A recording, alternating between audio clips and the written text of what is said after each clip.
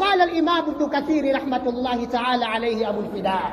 الإمام ابن كثير رحمة الله تعالى عليه wakati anayazungumza maneno ya Allah katika masuala matatu, in aradani Allahu bidhurrin hal hunna kashifatu dhurri au aradani birahma hal hunna mumsikatu rahmati. Akasema al-Imam Ibn Kathir, ay la tastati'u shay'an min al-amri, hiyo miungu yenu hawatoliweza lolote katika mambo hayo. Allahu kafin, Allah ni mwenye kutosheleza. Man tawakkala alayhi, ya yule ambaye atamtegemea Allah jalla fi'ala, yule ambaye anatafuta sehemu ya kuegemea, yule ambaye anatafuta sehemu ya kutegemea, basi na amtegemee Allah jalla fi'ala. Mtegemeeni Allah jalla fi'ala katika maisha yenu, katika biashara zenu, katika ajira zenu mlizokuwa nazo, lakini katika ndoa zenu mlizokuwa nazo, mtegemeeni Allah jalla fi'ala.